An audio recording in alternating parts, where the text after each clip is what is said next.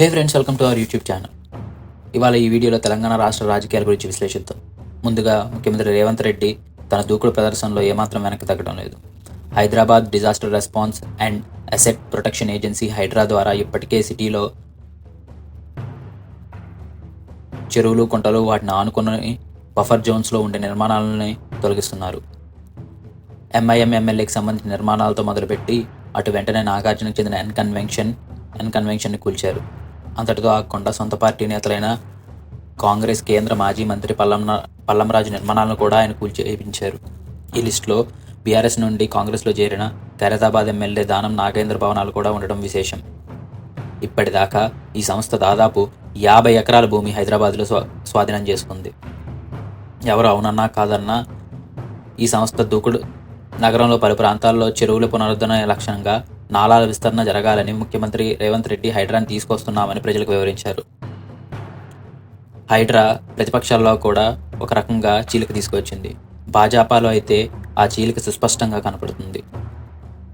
Medak MP Raghunandan Rao N Convention పోల్చడాన్ని సమర్థించారు. Court ఎన్కన్వెన్షన్ని stay ఇవ్వడాన్ని ఆయన తప్పుపట్టారు. హైడ్రాకు అండగా నిలబడతామని, అవసరమైతే ప్రభుత్వం తరపున ఎన్కన్వెన్షన్ విషయంలో తానే స్వయంగా వాదనలు వినిపిస్తానని కూడా ఆయన అన్నారు.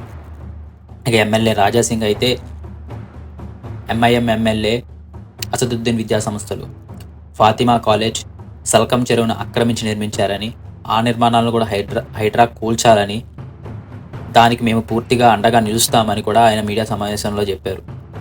ఇక బీజేపీ మల్కాజ్గిరి ఎంపీ ఈటెల రాజేంద్ర మాత్రం హైడ్రాపై భిన్న వాదనలు వినిపిస్తున్నారు. పేదలను అడ్డం పెట్టుకొని పెద్దలని లబ్ధి చేకూర్చాలనే దృఢ నిశ్చయంతో ఆయన ఉన్నట్టు కనబడుతున్నారు. ఇక బీఆర్ఎస్ విషయానికి వస్తే వారు కూడా ఒక రకంగా వింతగా స్పందించారు.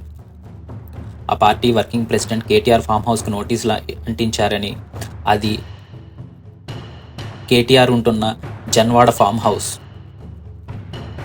దానికి అనుమతులు లేవని, అక్రమ నిర్మాణమని ముఖ్యమంత్రి రేవంత్ రెడ్డి ప్రతిపక్ష నాయకుడిగా ఉన్న సమయంలో విమర్శించారు.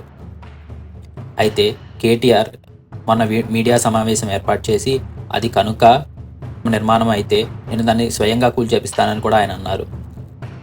ఇక్కడ ఒక వింత వాదన అయితే కనపడుతుంది. కేటీఆర్ దాదాపు 9 ఏళ్ళు మున్సిపల్ అడ్మినిస్ట్రేషన్ మంత్రి, వారి బావగారు హరీష్ రావు గారు 5 ఏళ్ళు నీటిపారుదల శాఖ మంత్రి, 4 ఏళ్ళు ఆర్థిక మంత్రి, తండ్రి 10 ఏళ్ళు, దాదాపు 10, ఆయన తండ్రి కేసీఆర్ 10 ఏళ్ళు తెలంగాణ రాష్ట్ర ముఖ్యమంత్రి.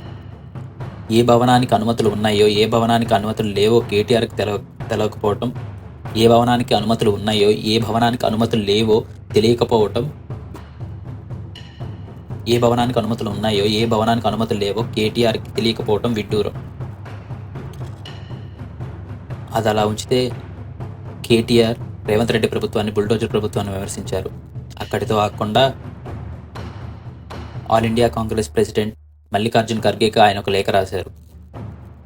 ఎప్పుడూ తెలంగాణ అస్తిత్వం, తెలంగాణ ఆత్మగౌరవం అని మాట్లాడే టీఆర్ఎస్, అదే బీఆర్ఎస్ పార్టీ ఒక తెలంగాణ ముఖ్యమంత్రి గురించి గవర్నర్కి లేదా న్యాయ వ్యవస్థలకి కాకుండా ఒక పార్టీ నాయకుడికి ఫిర్యాదు చేయటం, అది ఢిల్లీ వారికి ఫిర్యాదు చేయడం ఇంకా వింతగా ఉంది. రేవంత్ రెడ్డి తీసుకున్న నిర్ణయం ప్రభుత్వానికి సంబంధించింది, దానికి కాంగ్రెస్తో ఎటువంటి సంబంధం లేదు. అయినా కేటీఆర్ దానికి రాజకీయ రంగు పులిమి ఒక తెలంగాణ బిడ్డ ముఖ్యమంత్రిగా ఉంటే అతని మీద అజమాయిషీ చెలాయించాలని వేరే రాష్ట్రానికి చెందిన వారికి ఒక ఫిర్యాదు చేయడం వింతగా అనిపిస్తుంది. ఒకవేళ రేవంత్ రెడ్డి చేసేది తప్పు అయితే ఆయన్ని విమర్శించడానికో లేకపోతే ఆయన మీద ఫిర్యాదు చేయడానికో సంస్థలు ఉన్నాయి. వారు కోర్టుకు వెళ్ళొచ్చు లేదా గవర్నర్కి ఫిర్యాదు చేయొచ్చు.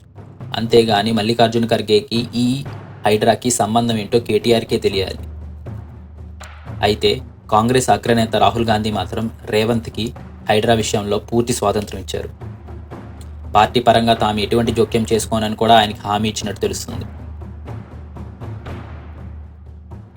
ఇదిలా ఉంచితే ఒకవైపు ఖమ్మంలో వరదలు ముంచెత్తుతున్నాయి.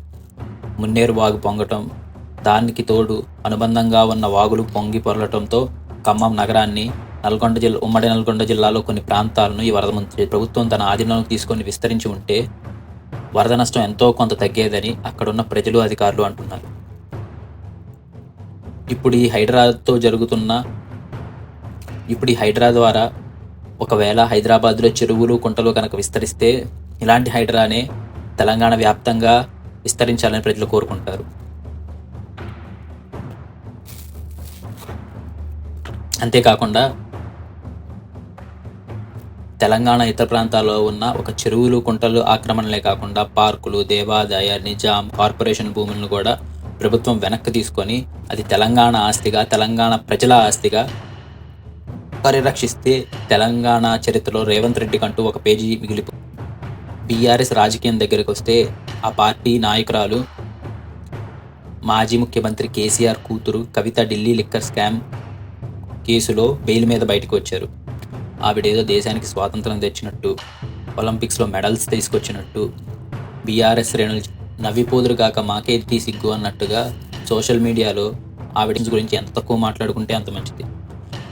ఇదే బీఆర్ఎస్ సోషల్ మీడియా ఈ మధ్య రేవంత్ రెడ్డి కూతురు వివాహం ఎక్కడ జరిగిందని, ఆయనేదో తప్పు చేశారు అన్నట్టుగా మాట్లాడుతున్నారు. రేవంత్ రెడ్డి ఎన్కన్వెన్షన్లో వారి కూతురికి సంబంధించిన వివాహం జరుగుంటే రేవంత్ రెడ్డి అక్కడికి ఒక కస్టమర్గా వెళ్ళి తన కూతురు వివాహానికి కావాల్సిన సదుపాయాలు ఉన్నాయా, డబ్బులు ఎంత అవుతున్నాయి, ఖర్చు ఎంత అవుతుంది అని మాత్రమే ఆయన అడుగుతారే తప్ప మీ నిర్మాణానికి పర్మిషన్స్ ఉన్నాయా లేవా అని కూడా ఆయన అడగరు.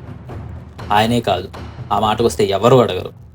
ఇంత తెలిసిన బీఆర్ఎస్, ఇది కూడా తెలియని బీఆర్ఎస్ సోషల్ మీడియాకి, సోయలేని సోషల్ మీడియాకి అదే party working president, municipal administration మంత్రిగా ఉండి తాను ఉంటున్న ఫామ్ హౌస్కి అసలు అనుమతులు ఉన్నాయో లేవో తెలుసుకోలేని అసమర్థుడా అని ముందు వారి వర్కింగ్ ప్రెసిడెంట్ని ప్రశ్నించుకుంటే చాలా మంచిది.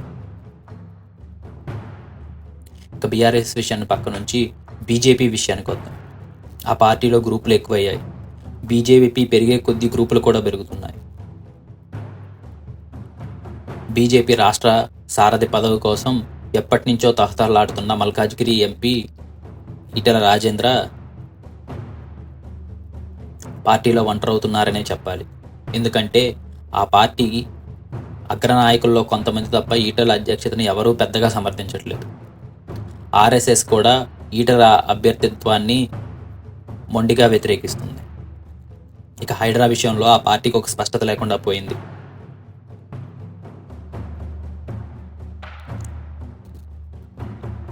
అంతేకాకుండా బీజేపీ ప్రభుత్వ వైఫల్యాల మీద, ప్రజా సమస్యల మీద ఈ మధ్య పోరాటం బాగా వెనకబడిపోయింది. ఆ విషయంలో బీజేపీ కన్నా బీఆర్ఎస్ ఒక అడుగు ముందుకే ఉంది. ఇలాగే బీజేపీకి పార్లమెంట్ ఎన్నికల్లో వచ్చిన 35% ఓట్లు కూడా నిలుపుకోవడం కష్టమనే చెప్పాలి. త్వరలో జరగబోయే సంస్థల ఎన్నికల్లో తన సత్తా చాటాలన్నా, ప్రధాన ప్రతిపక్ష రేసులో ఉండాలన్నా ప్రజల్లో బీజేపీ తిరగాలి. అంతేకాని మోడీని నమ్ముకుంటే అసలే క్యాడర్, గ్రామస్థాయి వరకు నిర్మాణం లేని బీజేపీ స్థానిక సంస్థల ఎన్నికల్లో బొక్కబొర్ల పట్టడం ఖాయం.